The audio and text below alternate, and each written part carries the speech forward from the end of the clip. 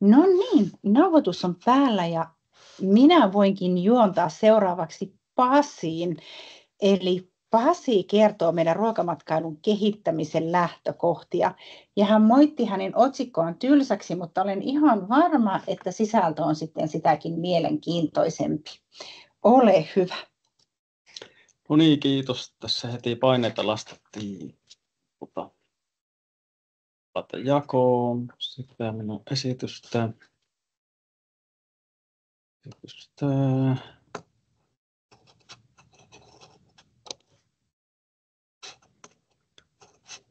Näkyyköhän teille nytten? Kyllä. Kansi.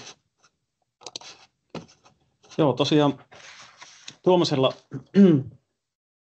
tuommoisella vähän yleistasoisella nimellä tämä minun esitys, keksinyt parempaa, mutta tosiaan niin käyväpä jonkun verran läpi, niin että miksi ja kenelle ruokamatkalla voisi niin Lapissakin kehittää.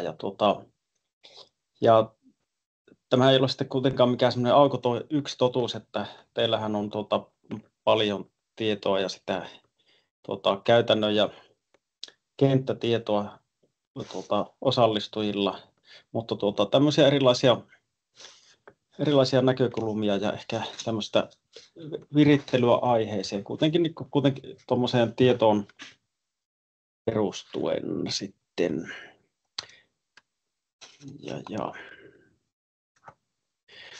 No tuossa jos lähdetään liikkeelle niin korkealta tasolta, niin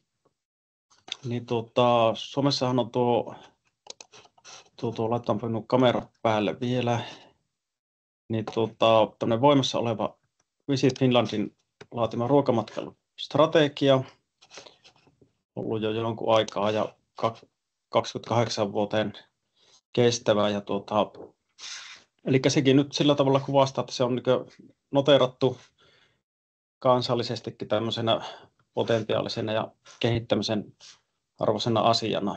Ja myöskin Visit Finlandin kokoamien tietojen perusteella niin se on oikein semmoinen kehittämisen arvoinen teema, eli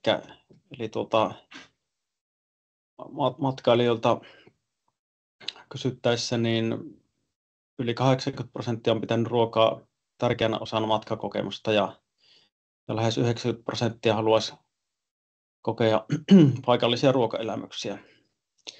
Eli tosiaan potentiaalia on parantaa maanialueiden ja yritysten kilpailukykyä tuon ruokamatkailun kautta. Ja tosiaan onhan se kuitenkin semmoinen matkan osa-alue, että se on välttämätön olemassa, että aina pitää syödä matkalla.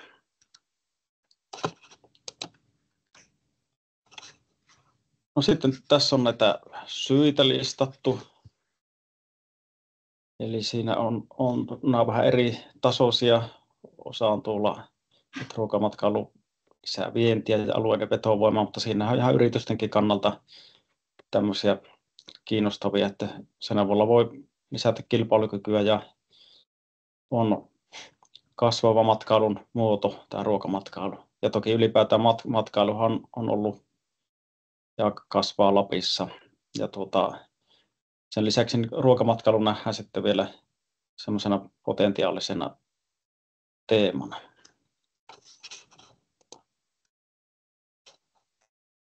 Ja tuolla ruokamatkailustrategiassa niin siellä on sitten listattu Suomen vahvuuksia, mitä tähän ruokamatkailuun liittyy, niin tämä on tietenkin sillä tavalla, että Suomi ei ehkä varsinaisesti vielä ole semmoinen varsinainen ruokamatkailumaa, mutta nämä vahvuudet liittyy näihin tämmöisiin tekijöihin, joita muun muassa Lapissa on ennestään, eli josta voi sitten ponnistaa tätä ruokamatkailun kehittämistäkin, eli luonto, puhtaat raaka-aineet ja maailmaiset alueet, ruokakulttuuriakin on erilaista eri puolilla, sillä tavalla on rikasta perinnettä, mistä ammentaa ja osaamista.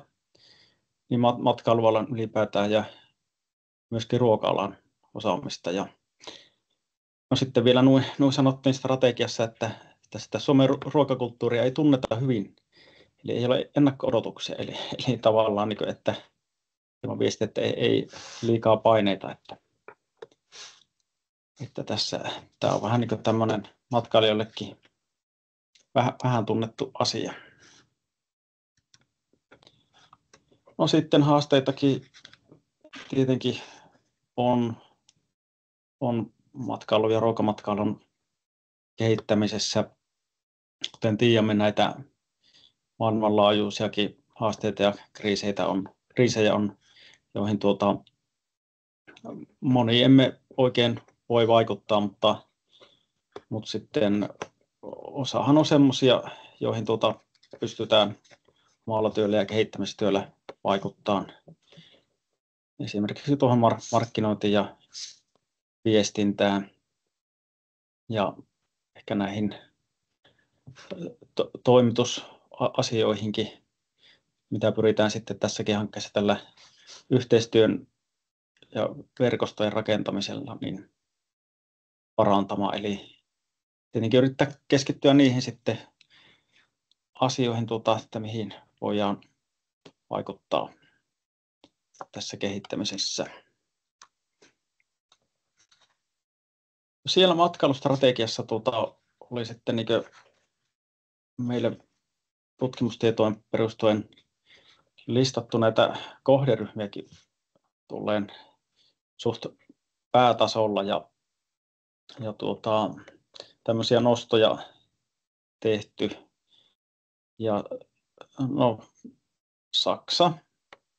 saksalaiset yksi kohderyhmä ja mikä on niin myös ollut tässä Lapin kesämatkailun kehittämisessä nyt tämmöinen kohderyhmä myöskin ja heidän kiinnostukset, Lapin erikoisuudet, kotaruokailut, marjastus, kalastus, sieniretket, niin sehän sopii tälle alueelle niin kuin vellilautaselle, että todella hyvä kohderyhmä. Sitten Iso-Britannia, perinteinen talvimatkailulähtöalue, niin heilläkin on ruokaelämykset luonnossa ja erilaiset reitit, tilat ja kulttuuri, niin niitäkin kyllä Lapissa on puitteita tuommoisten tuotteiden järjestämiselle.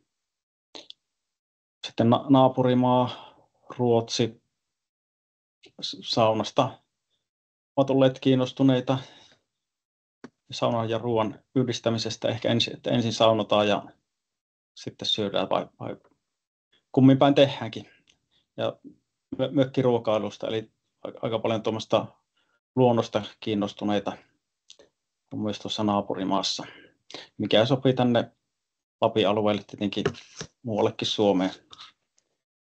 Ja espanjalaista on mainittu, että ruokaelämysten yhdistäminen sitten vähän erilaisiin asioihin, historia, kulttuuri, arkkitehtuuri, niin. Ehkä noitakin löytyy myös Lapista,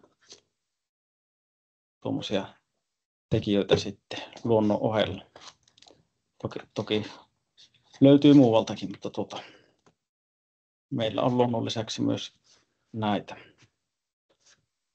No sitten siinä oli vielä listattu muutamia tämmöisiä potentiaalisia maita. Italia ja tässä oli nostettu esille tämä sosiaaliset aspektit, eli mielellään liikkuvat ryhmässä ja nauttivat vaikka sitten paikallisten kanssa illallista tai osallistua tupastettuun kierrokseen ja Ranska, Yhdysvallat, Alankomaat. Esimerkiksi hollantilaisista tämä kiinnostus ja mieltymys ruuhkattomiin kohteisiin, reitteihin, retkiin tai sitten luonnossa tehtyyn lounaaseen, niin sehän passaa Lappiin varsin hyvin. Ja ehkä tuossa semmoinen asia, kun katsoo näitä kiinnostuksen kohteitakin, niin taas tulee esille, niin pätee muutenkin monesti matkailu, että on jotenkin eri tasoisia, tavallaan eri tasoisia tuotteita, mutta että monesti semmoiset ehkä suhteellisen meille tavallisetkin asiat tai jotkut tavallaan meidän arkeen kuuluvat, jollakin tavalla kuuluvat tai meidän elämään kuuluvat, ehkä meille tavanomaisetkin asiat, niin voi sitten olla matkailijoille elämyksiä, että sekin aina sitten hyvä muistaa. Sitten siellä oli segmentointiakin tehty Visit Finlandin toimesta. Ja siellä oli yksi segmentti, tämmöinen foodie, joka matkustaa ruoan perässä.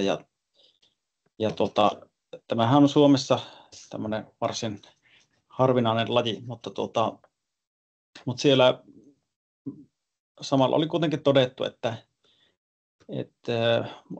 myös nämä muut ryhmät on kiinnostuneita ruoasta. Eli siellähän oli tässä segmentoinnissa niin erilaisia hyvinvoinnista, luonnosta ja aktiviteeteista muun muassa kiinnostuneita ryhmiä, joita liikkuu sitten Lapissakin. Ja tässä oli sitten mainittu, että näillekin ryhmille niin esimerkiksi villiruokaelämykset, retriitit, retkiruokailut ja tilavierailut ja sitten afterski-illalliset niin on tämmöisiä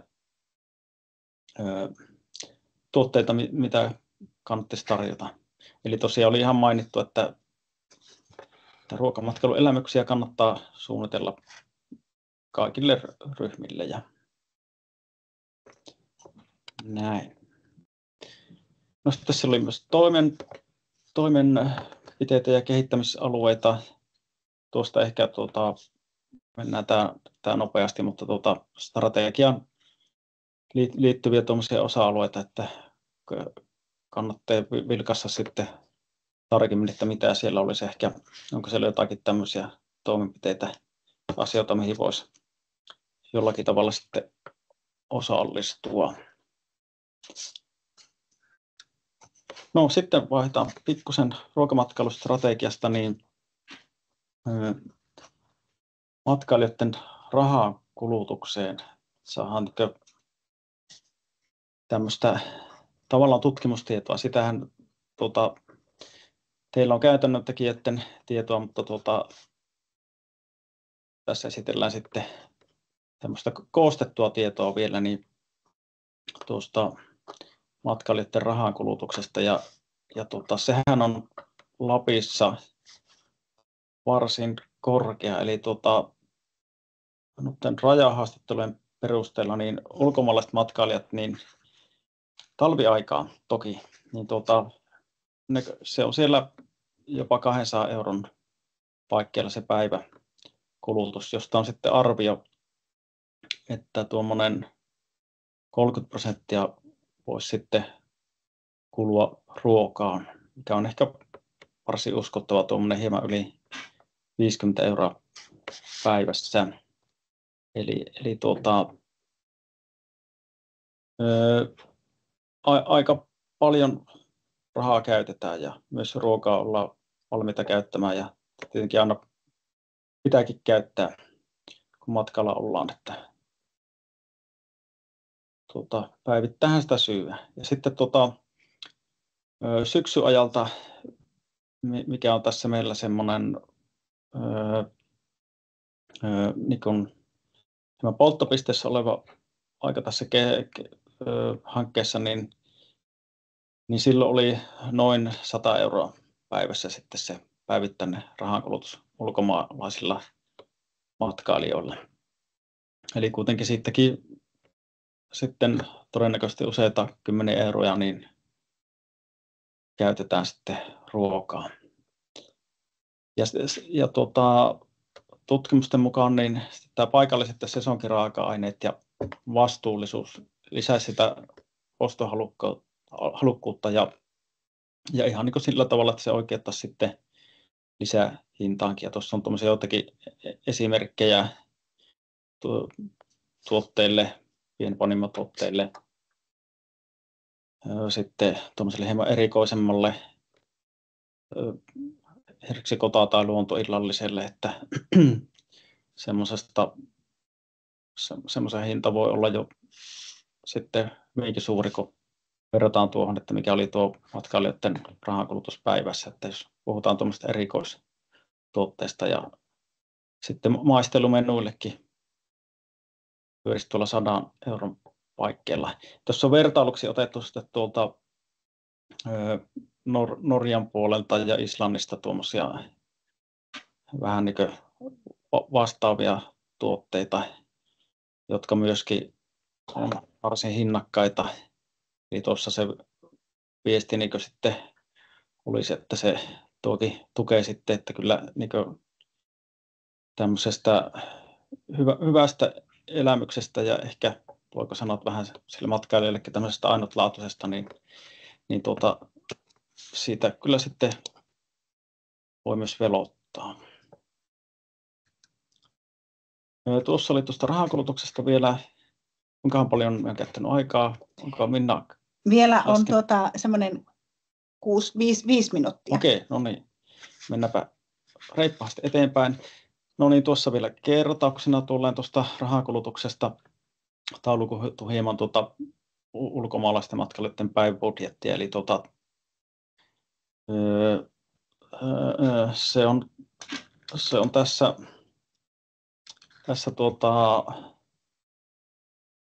noin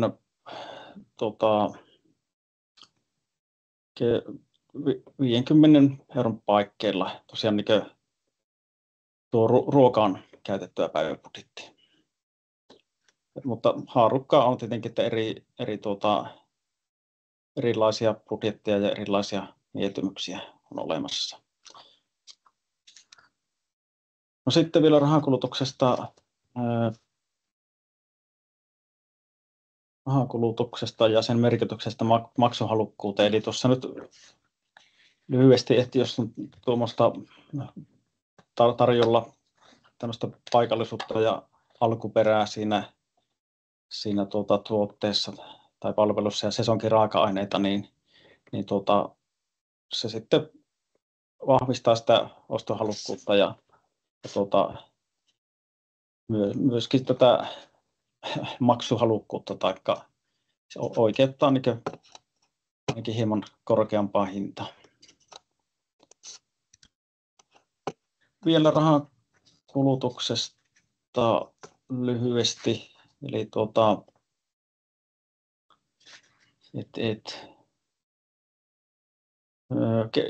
kesärahankulutuksesta ja tästä sesongeista, eli kesäänkin on ihan tutkimuksessa tunnistettu sitten näitä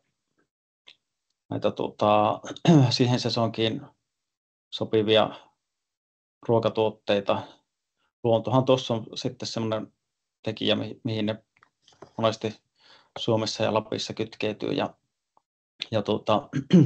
on nostettu tai kotimaiset ja saksankielinen Eurooppa sitten tuon kesäsesongin tämmöisenä kohderyhmänä, vahvana kohderyhmänä esille.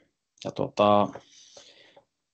tuommoinen karkea segmentointi tuossakin on niin pariskunnat, jotka sitten ehkä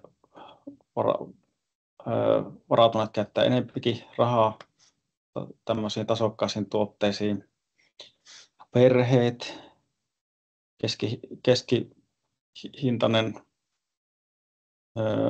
keskihintaisen tuotteen kohderyhmä, tämmöiset hieman ehkä tavallisimmat elämykset, sanotaan sieltä meidänkin arkielämästä osin ammentavat ja sitten tämmöinen aktiivi- ja luontosegmentti, jolla on sitten menee tosiaan enemmän sinne luontoon sijoittuen ja keskimääräinen maksuhalukkuus tavallaan. No sitten rahankulutusasiat loppuvat ja meillä on sitten tekoälyn avulla tehty tämmöisiä tosi tutkimuksiin pohjautuvia kohderyhmiä vielä tässä virittelemään tätä meidän loppupäivääkin ja ylipäätään kehittämistä. Eli täällä taitaa olla 5 näitä kohderyhmää, mitä tuolta kun annettiin tämmöisiä määreitä, eli Lappiin kohdistuvaa kesämatkailu ruoasta kiinnostuneet, ja painotettiin sitten vielä näitä maita, mistä nyt näitä suoria lentoja tulee, niin siellä oli ensimmäisenä tämmöinen Frankfurtin foodie-pari, tuommoinen, miksi sanoisi, ehkä varhaiskeski-ikäinen pariskunta, ja viileästä ilmasta tykkäävät ja pohjoisen mausta ja luonnosta ja designista, ja suhteellisen korkea rahakulutus per päivä per henkilö näillä olisi. Ja tosiaan tämä aika laajasti sulamaan sesonkin olisi tätä aikaa, milloin heitä voisi tavata. Ja suurien lentojen välittämänä näitä sitten voisi tulla entistä enemmän. No, sitten meillä toisena kohderyhmänä tämmöinen sveitsiläinen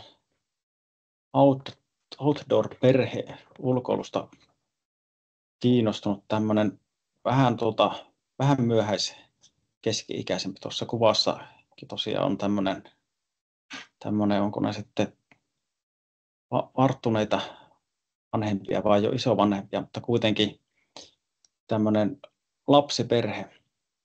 Ja näillä motiiveina arvostavat turvallisuutta, luontoa ja esimerkiksi marjastusta. Ja siinä on rahankulutus, onkohan tämä laskettu, taitaa olla jo perhekohtaisesti, niin on noin iso, niin varsin korkea maksuvalmius sitten.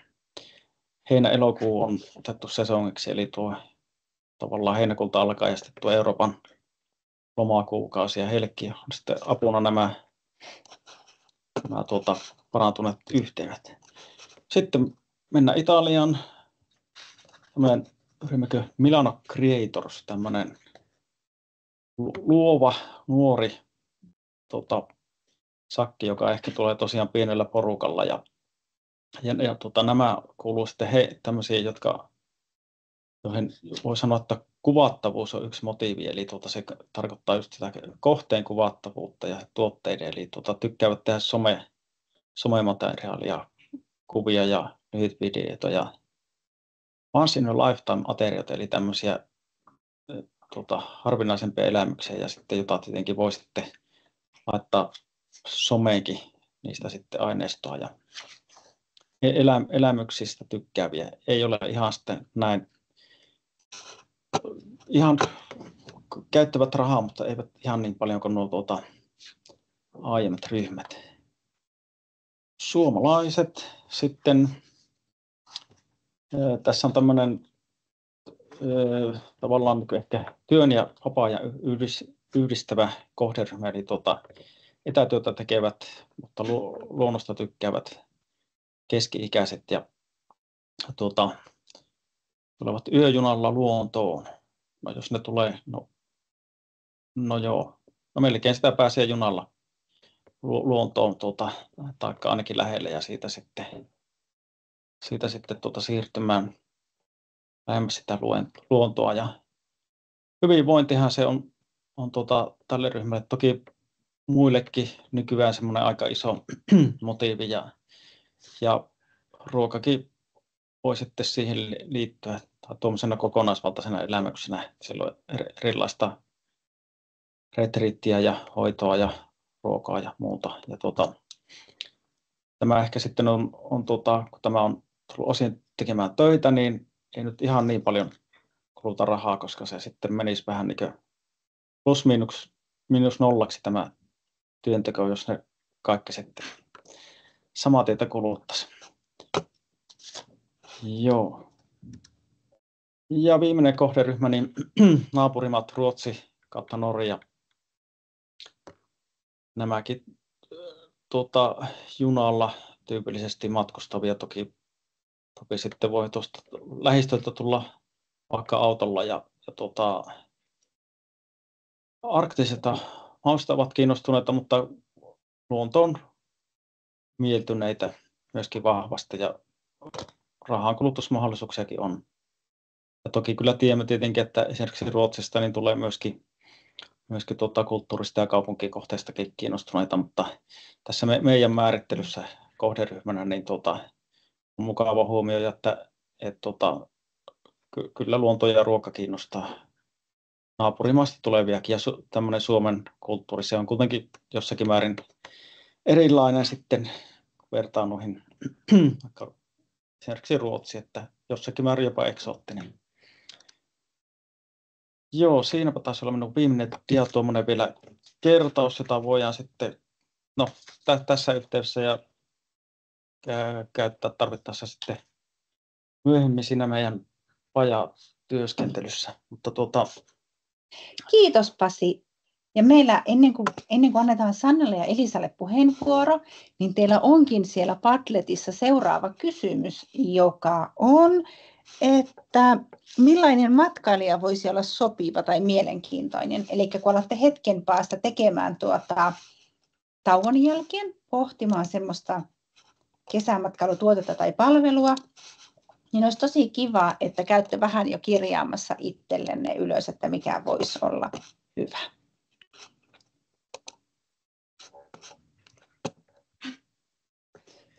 No niin, sitten seuraavaksi voimme, miten on aikaa kommentteihin, mutta sittenhän varsinaisessa ohjelmassa seuraavaksi niin Sanna ja Elisan puheenvuoro Maku syntyy pohjoisessa, tuottajien näkökulmia ruokamatkailuun, niin ottaako Sanna ja Elisa nyt tässä estraadin? Kiitos. Odotetaanko, että porukka kirjoittaa vai aloitetaanko heti? Miten oli Pasi?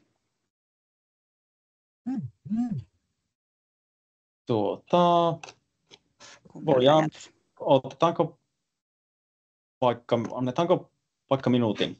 Annetaan pikku palautekirjoitus hetkisi. Minuutin pari aikaa, ettei häiritä keskittymisrahaa. Annetaan pari minuuttia. Yes.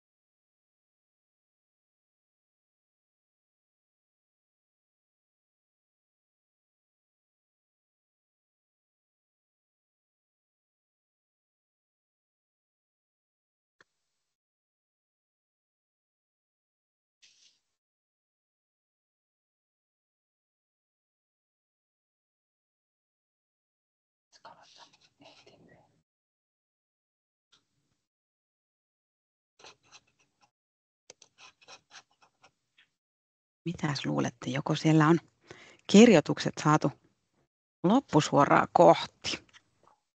Ehkäpä. Joo, voidaan varmaan jatkaa ja kirjoittaakin voi. Ei tarvitse unohtaa ja lopettaa tyystin. Nimenomaan. Ja täydentää voi koko ajan sinne ihan vapaasti. Mutta iso kiitos, että päästiin vähän Elisan kanssa kertoon tuottajien näkökulmaa.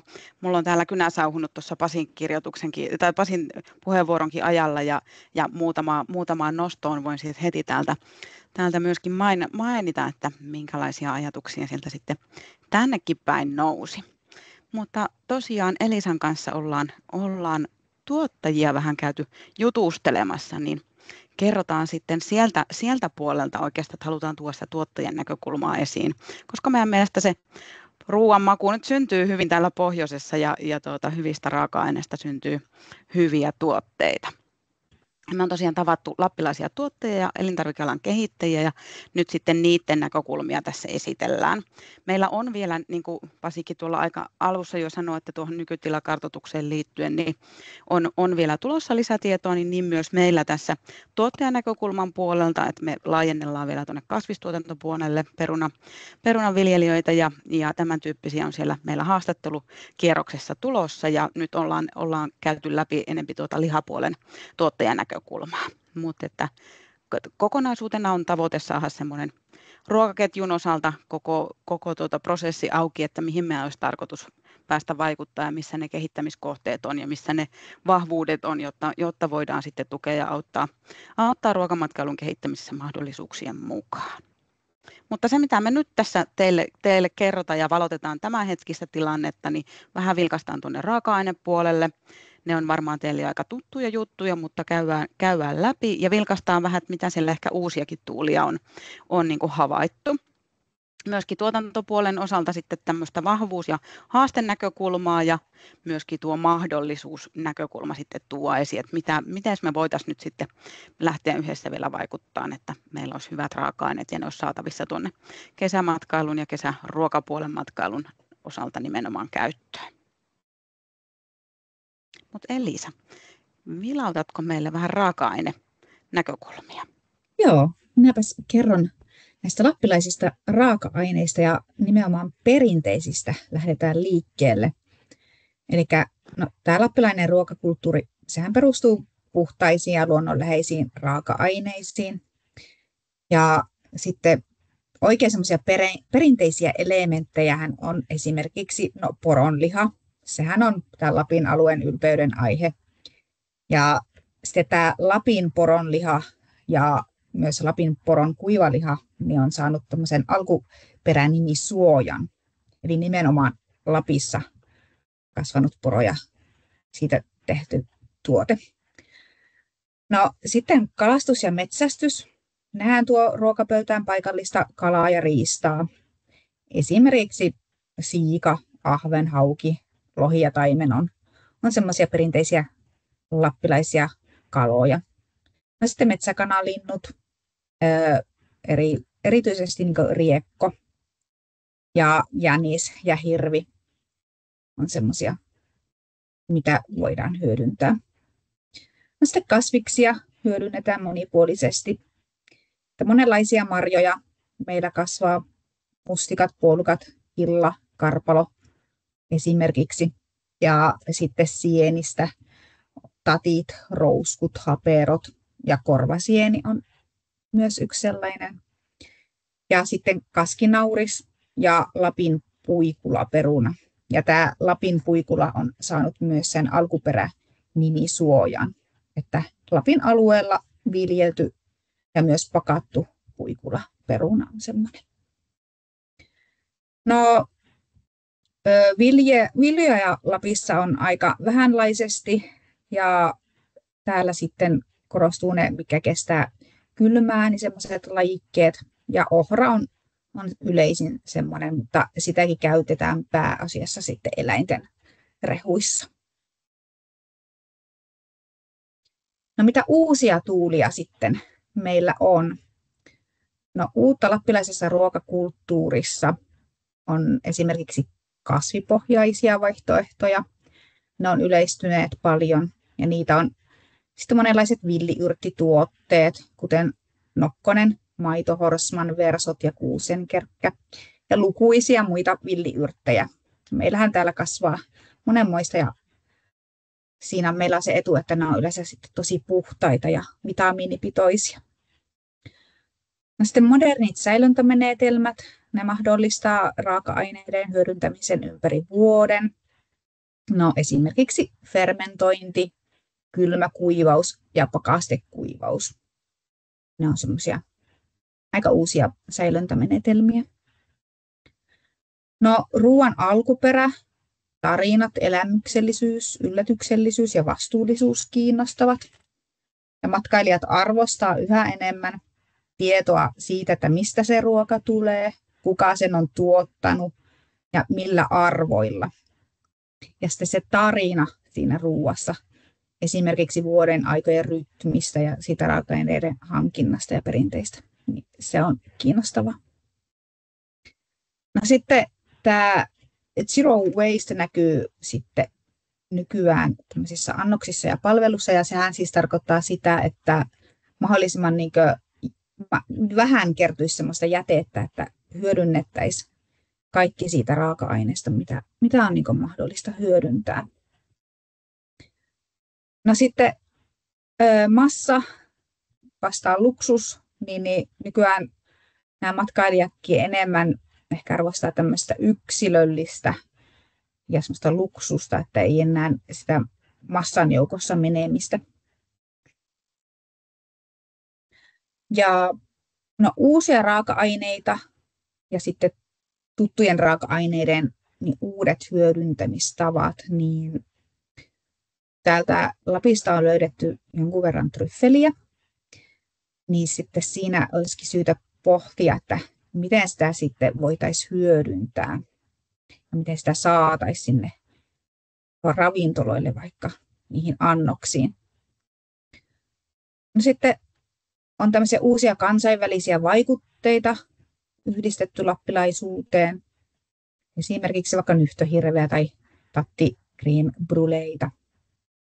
Ja sitten tämä artesaaniruoka, se kans on tämmöinen, mikä ehkä nykyään on noussut esille. Ja siinähän korostuu tämä tekijän osaaminen ja lisäainettomuus ja sitten se käsillä tekeminen.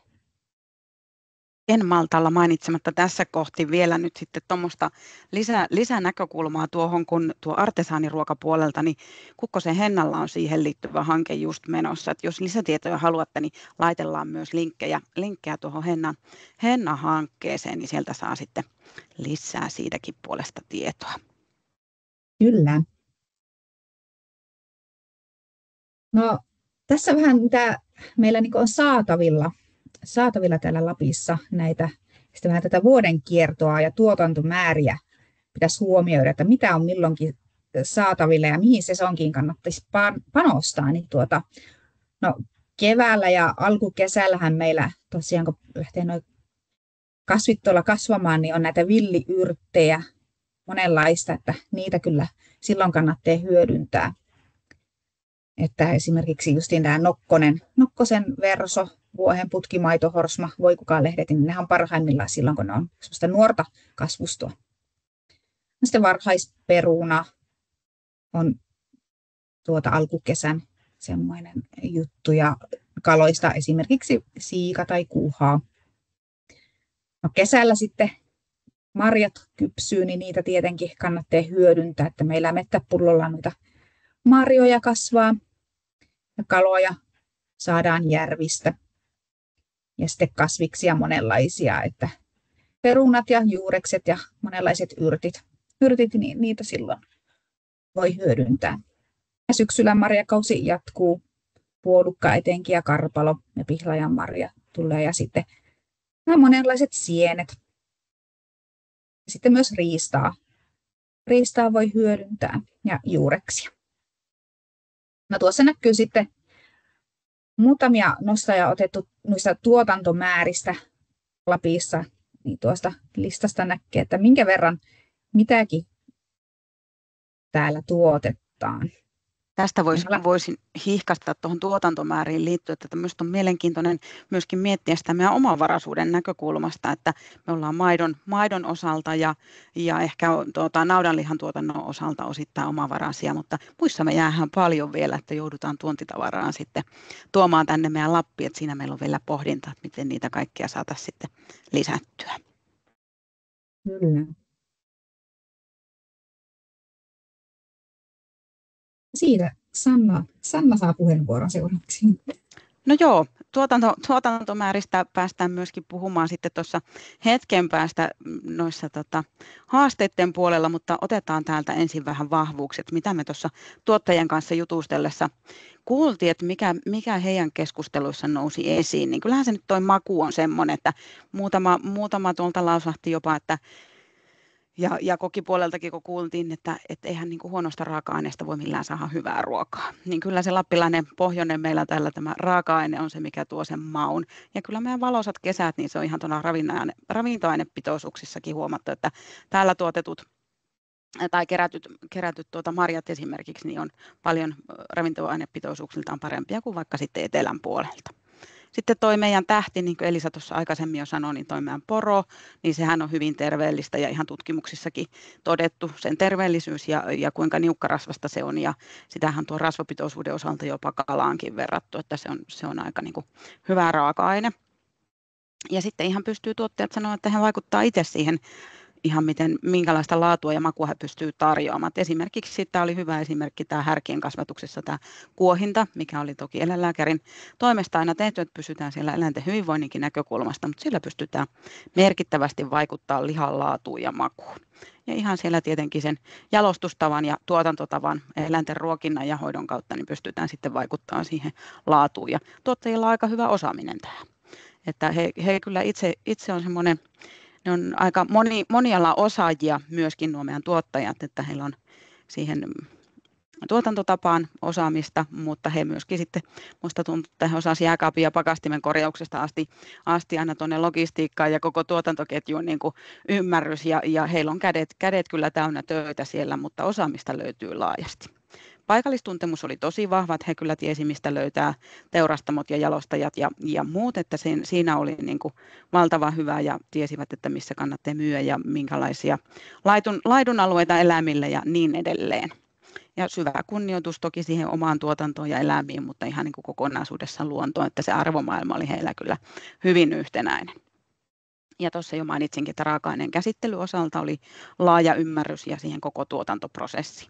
Toisaaltahan se on myöskin tietynlainen haaste, että heillä on siellä kädet täynnä koko tuotantoprosessin osalta, mutta osaamista heillä kyllä siihen niin kuin riittää.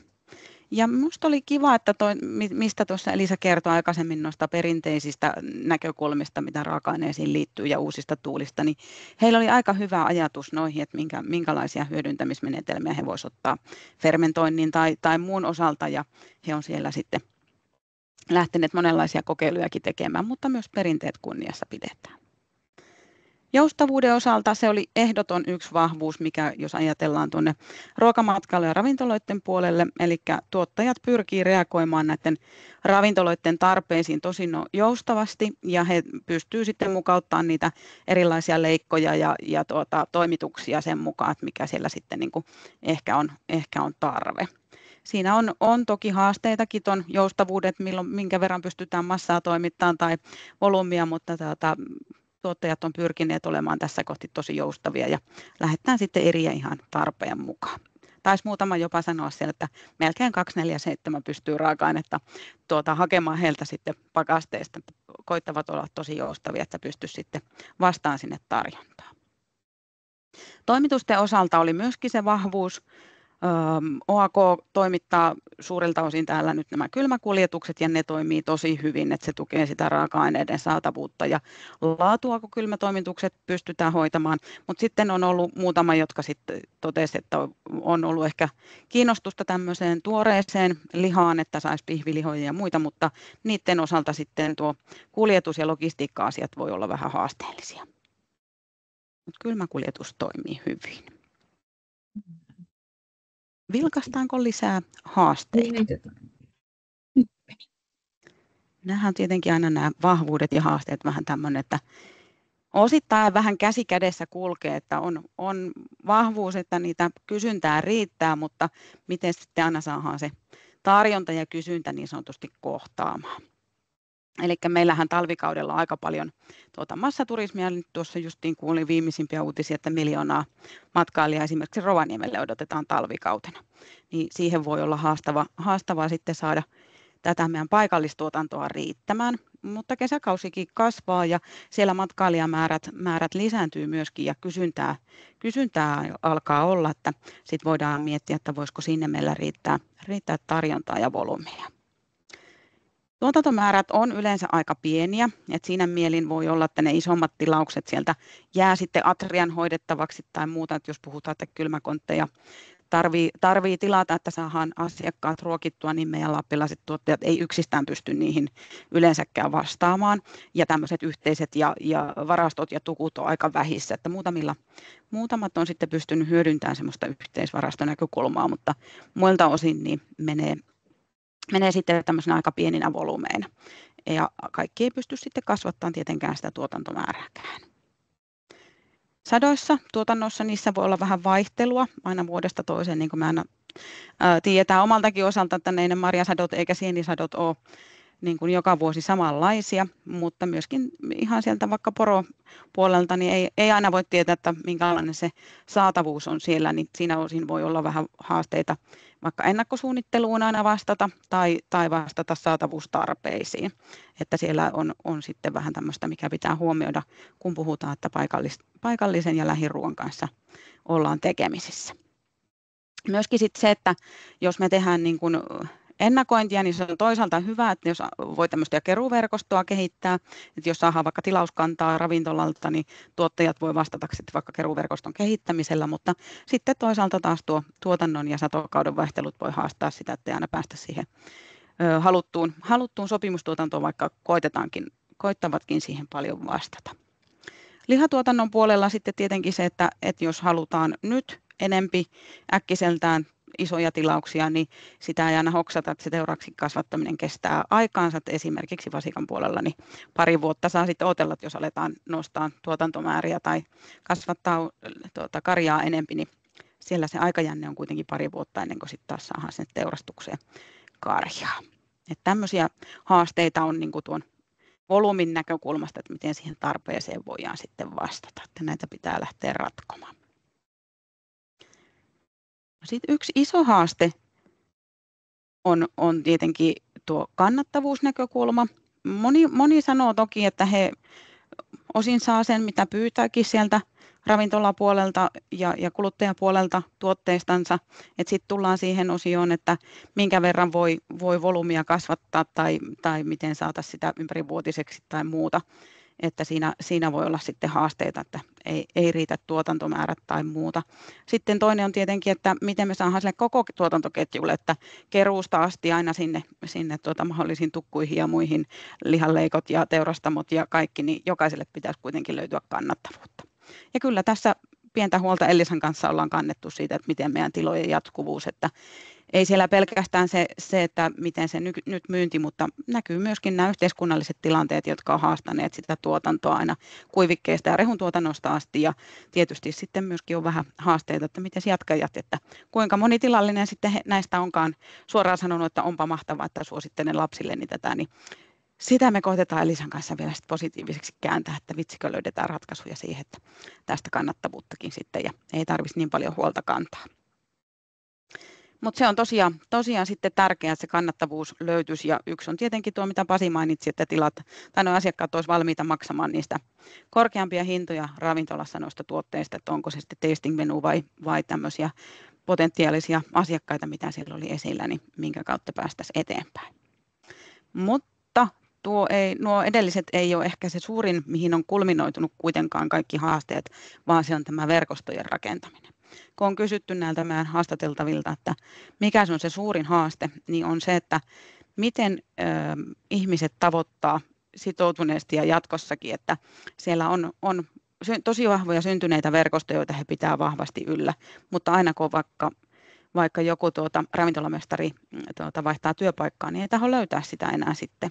Ja sama taas toisinpäin, että ravintoloista kuuluu viestiä, että tuottajia ei löydetä. Niin tätä on mietitty, että miten me voitaisiin tämä yhteistyö tässä sitten saada paremmaksi, että minkälainen väliporras siihen olisi hyvä, että ostajat tavoitettaisiin ja tuottajat löytäisi ostajat ja toisinpäin. Eli kohtaamispaikalle olisi iso tarve. Joo. Ja Sanna ja Elisa, oliko teillä vielä Meillä on vielä pari diaa. No Me niin. ylitetään aikamme parilla minuutilla. No käydään nopeasti läpi. Käydään.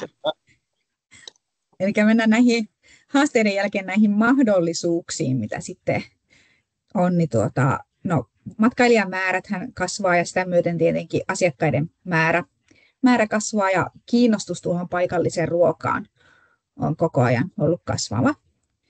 No sitten tämä yhteistyö volyymin kasvattamiseksi, että yksi tuottajahan ei välttämättä pysty vastaamaan semmoiseen suurempiin määriin, mitä niin ravintoloihinkin sitä raaka-ainetta menisi, niin sitten yhteistyössä toisten tuottajien kanssa niin se voisi olla mahdollista.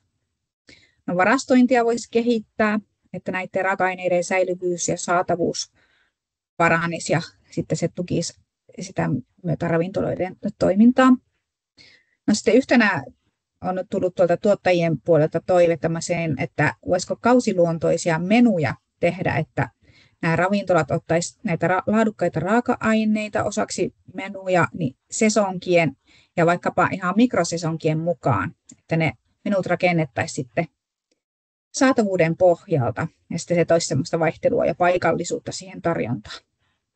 Ja sitten toiveena tuottajilla on, että olisi tarve löytää sellaiset kunnianhimoiset ammattilaiset, jotka ymmärtää sen lähiruuan ja sesonkien ja saatavuuden ja sen paikallisen tuotannon logiikan.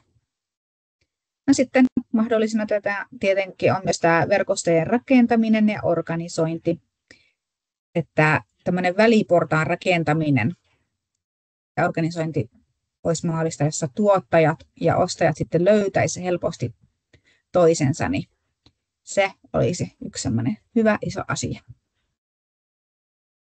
Mennäänpä sitten vielä eteenpäin.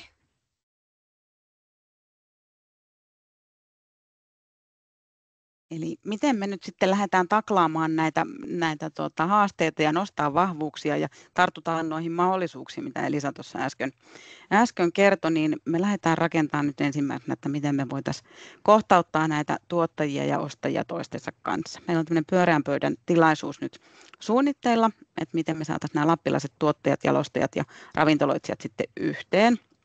Huhti-toukokuun vaihteessa päivä on vielä avoin, mutta ilmoitetaan sitä sitten heti, kun päivä lukkiintuu. Siellä olisi tosiaan tarkoitus keskustella ja tuoda esiin näitä näkökulmia ja tarpeita ja sitten yhdessä löytää mahdollisuuksia ja ratkaisut, josko me löydettäisiin semmoinen väliporras organisaattori, joka tekisi tämmöisen alustan tai mahdollisuuden, että tuottajat ja ostajat sitten pystyisivät paremmin löytämään toisensa ja siellä olisi ajantasaiset tiedot. Ja nyt jos teitä kiinnostaa osallistua, niin me otetaan tietenkin teidän yhteystietoja mukaan, ja jos jollakin teistä on joku hanke tai muu toimija siellä taustalla, niin myös järjestäjäpuolelle. Eli yhteistyössä on voimaa myös tämän osalta, niin mielellään porukalla järjestetään. Ja sitten toki näihin mahdollisuuksiin me tartutaan tällä meidän Culinary Seasons-hankkeella, eli tämä masterclassin porukka niin pääsee sitten tuonne tammikuussa työpajalle ja siellä lisää näistä raaka-aineista. Löydätte myöskin sieltä nettisivulta, jos jollakin muullakin kiinnostaa, niin voidaan sitten katsoa, että vieläkö mahtuisi mukaan. Niin olkaa rohkeasti yhteydessä. Ja toki, niin kuin sanottiin, niitä haastattelukierroksia tehdään vielä Elisan kanssa, että jos tulee sellainen olo, että nyt mulla olisi sanottavaa ja paloa, niin ei muuta kuin yhteyttä, niin tullaan tosi mielellään teitä haastattelemaan. Sitten oli se, mistä nappasin tänne tuosta Pasin puheenvuorosta pari nostoa, kun puhuit siitä, että tästä ruokastrategiassa vastuullisuus on yksi osa, niin mehän tehdään myöskin hiilijalanjälkilaskelmia tässä hankkeessa, että jos tulee semmoinen olo, että haluaisi tuonne näkökulmia esiin vastuullisuudesta ja muusta, niin siitäkin passaa ottaa yhteyttä. Ja sitten siellä oli visionäkökulmaa esillä, niin mehän hankkeen loppuvaiheella myöskin tätä ruokavisiota lähdetään sitten konkretisoimaan. Ja nyt tähän mennessä te olette olleet jo kaikki siihen osallisia. Eli nämä kaikki tiedot, mitä tuolla on postikortteihin ja muuhun aikaisemmissa, niin nehän lähtee sinne sitten visioon mukaan. Mutta tämmöisiä nostoja nappasin vielä tuosta Pasinkin puheenvuorosta tänne meidän puheenvuoron mukaan. Mutta me ollaan aina täällä teitä varten ja nyt me kiitellään. 2 minuuttia ylitettiin oma aikamme, mutta iso kiitos. Kiitos. Kiitos Sannalle ja Elisalle. Siinä oli kokonaiskuva ja konkretiaankin sitten me mentiin konkretian suuntaan aika vahvasti. Ja seuraavaksi sitten viimeisenä puheenvuorona, Padletti. Minä muistin Padletista, kyllä muistan Padletinkin. Eli Padletti voiko kommentoida niin, että mikä inspiroi esityksissä, jos sillä oli jotakin inspiroivaa, niin voi sinne laittaa kommentointeja esityksistä. Ja mutta tosiaan viimeisenä puheenvuorona nyt niin Minna puhuu sitten Lapin maut trendien aallon harjalla teemalla. Joo. Hyvä, Minna. Kiitos.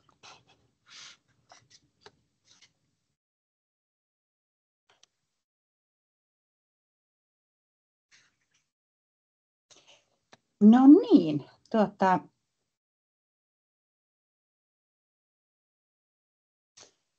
mulla on vähän ehkä tämmöinen niin kuin trendaava otsikko ja aika vahva väite, että Lapin maut trendien aallonharjalla. Pasi tuossa juuri kertoi, että Suomi ei ole mikään niin kuin tunnettu ruokamatkailumaa.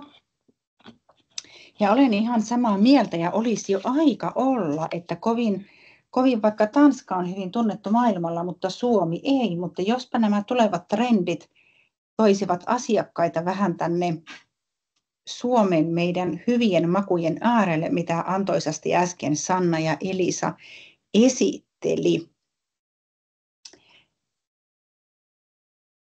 Ja toi maisema, mikä tuosta näkyy, niin mun mielestä se on esimerkiksi luksusta.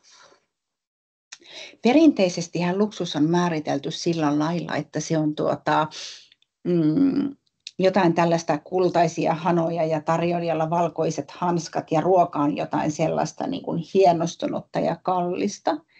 Mutta se on semmoista perinteistä luksusta ja nykyään puhutaan uudesta luksuksesta, mikä rakentuu sen ihmisten omien arvojen ja valintojen pohjalta. Että esimerkiksi jos hänelle hyvinvointi on tärkeää, niin hän varmastikin arvostaa tuota lappilaista ruokaa, joka on puhdasta ja terveellistä. Vuonna 2019 Visit Finland määritteli, siis siitähän on jo 6 vuotta aikaa, kun se on määritellyt, että esimerkiksi luksus on kaikille aisteille sopivaa, kokonaisvaltaista. Luksustuote on aito ja siinä pitää olla jotain ainutlaatuista, kuten alkuperä ja tarina. Luksusta on puhdas ilma ja luonto. Tai vaikka sitä, että luksusta ovat aika, rentoutuminen, tunteet ja mielihyvä. Tässä on muutama määritelmä, mitä tosiaan on määritelty. Ja mun mielestä esimerkiksi lappilainen luksus on sitä, että meillä on 4 vuoden aikaa. Meillä on niin kuin tämmöisiä erikoisia sään ilmiöitä. Meillä on kaunista luontoa, siellä on puhdasta ruokaa, jokaisen oikeudet ja paljon muita hienoja asioita, mitä ei ole muualla.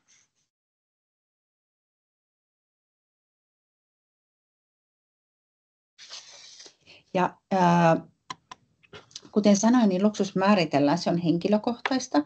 Se määritellään aitouden, yksinkertaisuuden ja vastuullisuuden kautta. Ja musta tämä on jotenkin tosi ihana määritelmä, koska just sitähän täällä meillä on. Että monestikin meidän ruoka on yksinkertaista. Toki löytyy hienostuneita ja monimutkaistakin, mutta tavallaan, että tätähän meidän ruoka on monesti hyvinkin vastuullista ja se on aitoa. Niin tätä mun mielestä on parhaimmillaan tämä. Ja erityisesti tämmöisille ympäristötietoisille ja sosiaalisesti valveutuneille sukupolville, kuten X ja Z, ne etsii matkakokemuksia, jotka heijastaa heidän arvojaan ja tukevat kestävää kehitystä. Ja itselläkin, vaikka en kuulu näihin sukupolviin enää ikäni perusteella, niin pakko todeta, että tällä on merkitystä, että olin viime syksynä menossa Ranskaan ja olin vähän foodien saappaissa. Pasihan määritteli, mitä foodia on, ja meillä oli tavoitteena ystävättäni kanssa mennä syömään Michelin-tähden ravintolan, ja se oli sen matkan päätarkoitus. Ja me pitkään mietittiin 3 ravintolan valilla, että mikä valitaan, että siinä oli 1 ja 2 tähden ravintoloita, siis Michelin-tähden ravintoloita, ja sillä hinnalla ei ollut merkittävää eroa. Ja minä halusin valita ravintolan, jossa yrittäjä oli ihanasti kertonut niistä tuottajista, jotka tuottaa heille sen ruoan. Siinä oli nimellä niin kuin kiitetty ja heistä löytyi lisää tietoa, niin minua se kosketti ja me mentiin sinne syömään siksi, koska he olivat niin kuin vastuullisesti ja ylpeydellä esitelleet niitä lähialueen tuottajia. Ja tosiaankin nykyään matkailijat etsivät aitoja kokemuksia ja tuotteita, jotka heijastavat todellista niin kuin tämmöisiä kulttuurisia arvoja ja perinteitä. Ja se osoittaa kasvavaa arvostusta ja mielenkiintoa sitä ruoan taustaa kohtaan, kuten ruoan alkuperä, valmistusmenetelmät ja raaka-aineiden aitaus. Nämä on tosi tärkeitä asioita, ja tässä aika monella lappilaisella ravintolalla on vielä peilin katsomista, että miten siitä kerrotaan. Pitäisi rintarotingilla kertoa, että tämä kala on tuosta järvestä. Ja Pasi kertoikin tästä Suomen ruokamatkailusta, niin ne vahvuudet piilee suomalaisille arkipäiväisissä asioissa, kuten laadukkaissa raaka-aineissa, puhtaassa arktisessa luonnossa, villiruuassa, jokaisen oikeuksissa. Ja yhtenä esimerkkinä, että jos ennen vaikkapa joku hanhenmaksa tai vaikkapa kaviaari oli esimerkiksi sellainen niin kuin luksustuote, niin nykyään esimerkiksi tämmöinen lappilainen marja voisi olla semmoinen, vaikka puolukka. Ja miksi? Niin sillä näillä marjoilla on ollut niin kuin Suomen maaseudulla niin kuin merkittävä rooli, että esimerkiksi puolukka on säilynyt hyvin, niin se on ollut siellä ruokapöydässä niin kuin ympäri vuoden. Ja yhä edelleen osa valitsee lomansa niin, että he pääsevät poimimaan hilloja kesälomalla. Ja lisäksi se marjojen keräys on tarjonnut lisätuloja, joka on mahdollistanut sitten tämmöisiä niin kuin aikoinaan tämmöisiä luksushankintoja, että on ehkä se ensimmäinen ulkomaanmatka maksettu niillä hilla- tai puolukkarahoilla tai ostettu jotain kodin koneita, uutta tekniikkaa, polkupyöröjä sillä. Niin tämä luksus on tosi niin kuin merkityksellinen. No sitten minulla on vähän tämmöinen raklaava kysymys, että onko lähiruoka luksusta? Minä viime syksynä tein semmoista pientä tutkimusta ja tapasin 15 yrittäjää ja keskustelin heidän kanssaan niin kuin esimerkiksi siitä, että mitä tämmöisiä niin kuin ruokaan ja vastuullisuuteen liittyviä asioita. Ja siitä on tulossa pieni tutkimus, mikä on osana isompaa tämmöistä luksusjulkaisua, ja se ilmestyy vielä tänä syksynä. Laitan linkin, kun saan sen. Ja siinä sitten niin minä vertasin näitä ranskalaisia ja lappilaisia ravintoloita. Patat oli tehnyt semmoisen tutkimuksen, missä oli tutkittu Michelin ravintoloiden niin kuin kokkien motivaatiotekijöitä. Ja sitten vähän peilasin sitä suomalaisen kulttuurin. Joo, tämä on vähän ehkä raklaava näkökulma, mutta minusta se oli niin kuin hyvinkin mahdollista tehdä ja se tarjosi semmoisen mielenkiintoisen näkökulman. Mitä eroa esimerkiksi on lappilaisissa ja ranskalaisissa ravintoloissa? Niin lappilaiset ravintolat, niin siellä vältettiin rasvaa ja sokeria ja sitten haluttiin kaikkia luovuudella tuottaa niitä keinoja, että ruoassa saataisiin maukasta ja näyttävää. Ja siellä oli tämmöinen keveys, lihattomat vaihtoehdot niin kuin hyvin, hyvin suosittuja. Ja Lapissa taas sitten korostui semmoiset luonnonmukaiset, läheltä hankitut raaka-aineet. Puhtaus oli tärkeää, ei niinkään sitten niin kuin pohdittu mitään keveyttä tai niin kuin sokerin tai rasvan käyttöä, vaan pikemminkin niin kuin sellaiset niin kuin rehelliset raaka-aineet nousi siinä esille. Sitten jotenkin oli ihanaa, mitä nämä lappilaiset yritykset, niin siellä tuli semmoinen, niin kuin nousi esille, nämä oli siis pieniä yrityksiä, niin tämmöinen niin kuin paikan henki ja yhteisöllisyys, että tunnelma luodaan luonnon, paikallisen kulttuurin ja yhteisön avulla. Ja sitten Ranskassa taas se nousi, että sisustuksen pitää olla sellaista tyylikästä ja vähän ehkä kallista ja semmoista, niin kuin semmoista modernia. Ja sitten taas tavallaan Lapissa se korostuu, että vähän, että se maisema siinä on tärkeää ja ravintolassa sai näkyä historiaa ja ylpeänä esiteltiin esimerkiksi kyläläisten tauluja, mitä oli siellä seinällä. Ja juuri se kulttuuri nousi niin kuin vahvasti esille, että sitä haluttiin niissä lappilaisissa ravintoloissa tuoda esille. Ja jos siellä oli vaikka edellisen omistajan käytettyjä haarukoita ja veitsiä, niin niitä käytettiin vähän niin kuin rintarottingilla, että se on vastuullista ja se on niin kuin, siinä on kulttuurista arvoa. Ja sitten tämä lappilainen oli semmoinen ihmisläheinen työympäristö. Täällä korostui, että työntekijöistä huolehdittiin, oltiin valmiita etsiä niille majoituksia, joustamaan, puhuttiin semmoisesta perhemäisestä yhteisöstä. Ja sitten Ranskassa taas nousi esille semmoinen kulttuuri, että haluttiin tehdä ruokakulttuuria ja lapsille antaa tämmöistä tapaa kasvatusta, niin siellä nousi vähän tämmöiset asiat. Toki kummassakin paikassa työntekijät olivat niin kuin tärkeitä. Ja sitten tämä vastuullisuus arjen teoissa, niin Ranskassa korostettiin hyvin paljon tämmöisiä ekologisia näkökulmia, että käytetään ekologisia pesuaineita ja siellä esimerkiksi kertakäyttöpillejä ei käytetty, niin ongelma ratkaistiin sillä, että käytettiin sitten hopeisia pillejä. Kun taas sitten Lapissa oltiin oikein tyytyväisiä näissä tutkituissa ravintoloissa, että ei käytetty muoviastioita ja se oli hyvin niin kuin kokonaisvaltaista se vastuullisuus, mutta sitä vain ei korostettu siinä markkinoinnissa. No sitten nämä ruokamatkailun trendit, niin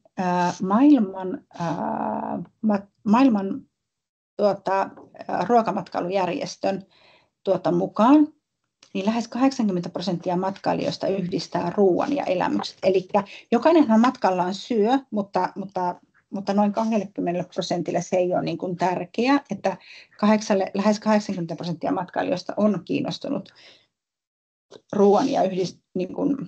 ruokaan yhdistämään elämykset. Ja pieni osa tästä on niitä foodieita, jotka ovat niin kuin ruoan perässä. Ja nämä trendit on siksi tärkeitä, että ne heijastaa muuttuvia mieltymyksiä ja ne ohjaa niin kuin matkailijoiden valintoja. Ja olisi hyvä siinä omassa tuotekehityksessään aina olla tietoinen, että mitä trendejä, mitkä on vaikuttavia. Toki ne voi olla niin kuin ristikkäisiä ja päällekkäisiäkin, eikä voi kaikkia valita, mutta valita vaikka edes muutaman. Ja tavallaan näiden avulla on mahdollista kehittää palveluita ja erottua.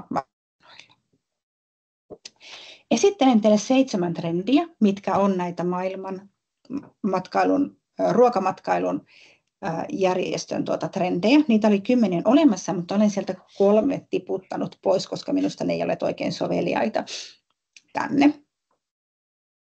Ja ensimmäinen trendi oli tämmöinen, että aitous menettää merkitystään.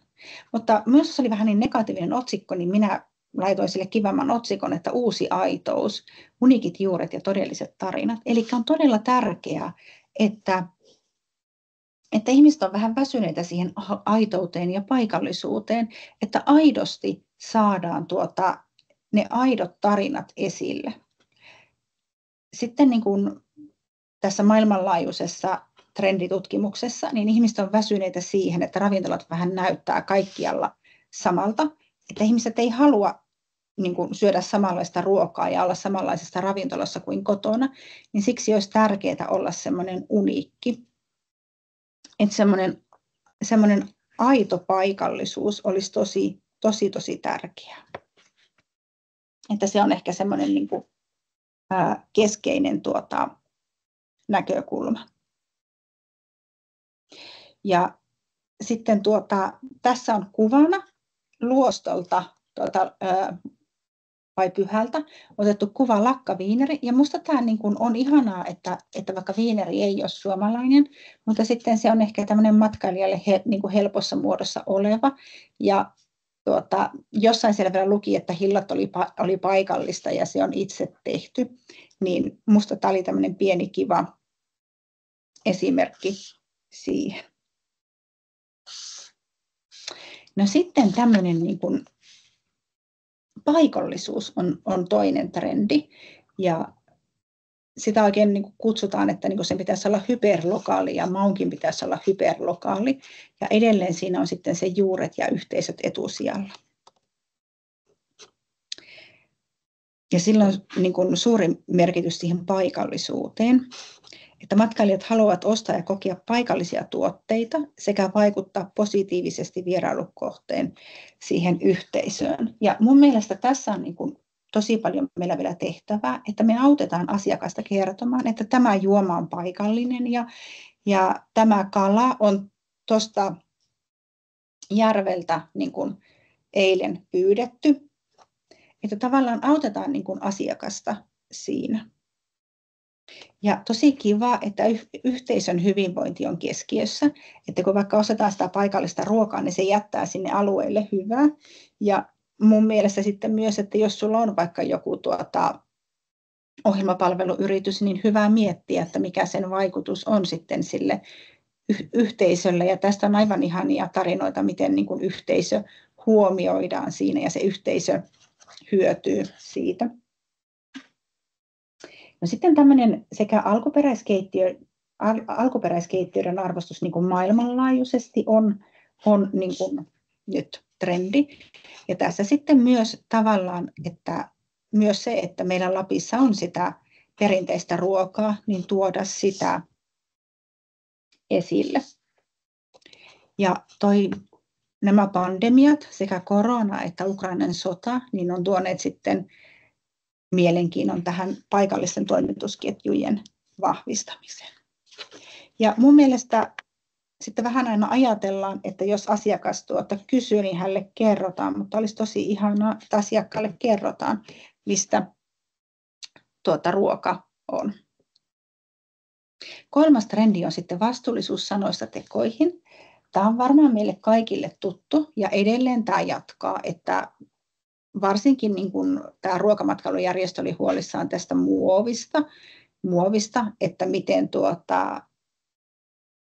sitä on meressä ja miten eläimiä kuolee siihen ja miten sitä päätyy niin kuin ihmiskehoon ja kierrätys ei riitä, koska muovia tuotetaan niin paljon lisää. Ja heidän mielestään yritysten pitäisi niin kuin kantaa sitä vastuuta, esimerkiksi jättää kertakäyttöastioiden käyttäminen pois. Ja kaikki ei liity siihen muoviin, vaan se vastuullisuus on kokonaisuus. Että siihen liittyy myös se sosiaalinen ja taloudellinen ja kulttuurinen vastuullisuus. Ja tämä kuva on tuolta Haltia Leiklotselta, Nuuksion kansallispuiston kupeesta. Ja musta siellä oli ihanaa, että siellä oltiin kiinnostuneita ruokahävikistä, niin siellä aamupala tuli tarjolle. Siellä sai edellisenä iltana valita, että ottaako kasvis, kala vai liha tarjottimen. Ja nämä tuotteet sitten, mitä näkyy tässä, tuli. Sitten sä sait itse ottaa niin kuin kahvia, teetä, leipää ja muistaakseni jotakin jogurttia sai ottaa. Mutta tavallaan tämän avulla sitten pyrittiin siihen, että ruoka-aineet siihen niin kuin hävikkiin haluttiin vaikuttaa.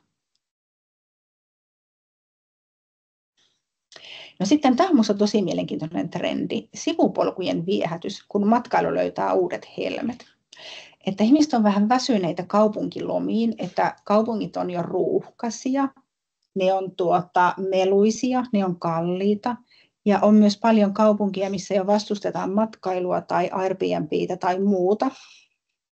Ja Rovaniemikin on päässyt tässä maailmalla otsikoille tästä Airbnb-käytöksestä. Mutta tosiaan matkailijat haluaa etsiä uusia matkakohteita. Ne haluaa etsiä pienempiä kohteita, mitkä olisivat edullisempia ja uniikkeja ja ne ei olisi vielä niin matkailun täyttämiä. Ja tämä on erityisesti tuon koronapandemian jälkeen noussut tämä tarve esille. Ja tässä on mahdollisuus pienillä alueilla. Ja mun mielestä Suomi nyt on kauttaaltaan pientä aluetta, jos mietitään maailmanlaajuisesti, mutta erityisesti mun mielestä tähän meillä olisi mahdollista. No sitten monimuotoisuus on yksi trendi, missä halutaan tarjota paikalliset maut ja uudet tarinat matkailussa. Ja tähänhän liittyy tämmöinen monimuotoisuuden, yhdenvertaisuuden ja osallisuuden vahvistaminen. Ja tämmöiset aliedustetut keittiöt ja kulttuurit esiin, että nyt on jotenkin vähän trendi, että syödään tämmöistä vähemmän tunnettua. Ja täällä on paikallinen ruoka ytimessä. Ja tässä olisi Suomessa paljon mahdollisuuksia. Ja kaikkia kaikille ei ole voittava strategia. Ja esimerkiksi just mielenkiintoista on se, että tarjotaan sitä paikallista ruokaa, vaikka siinä olisi vähän sitä erilaista twistiä. Ja muistelen, että tämä on toiseksi viimeinen trendi. Ja tässä on tämä, että matka kohti hyvinvointia ja siinä on ruokaelämyksiä keholle ja mielelle. Että se terveys ja hyvinvointi korostuu yhä vahvemmin. Yhä useampi matkailija ei käytä alkoholia matkalla. Heille kiinnostaa terveysruoka. On tosi tärkeää, että huomioidaan kaikki kosher ja halal ynnä muut tämmöiset uskonnolliset sekä myös sitten vaikka esimerkiksi kasvissyöjät ja muut niin huomioidaan.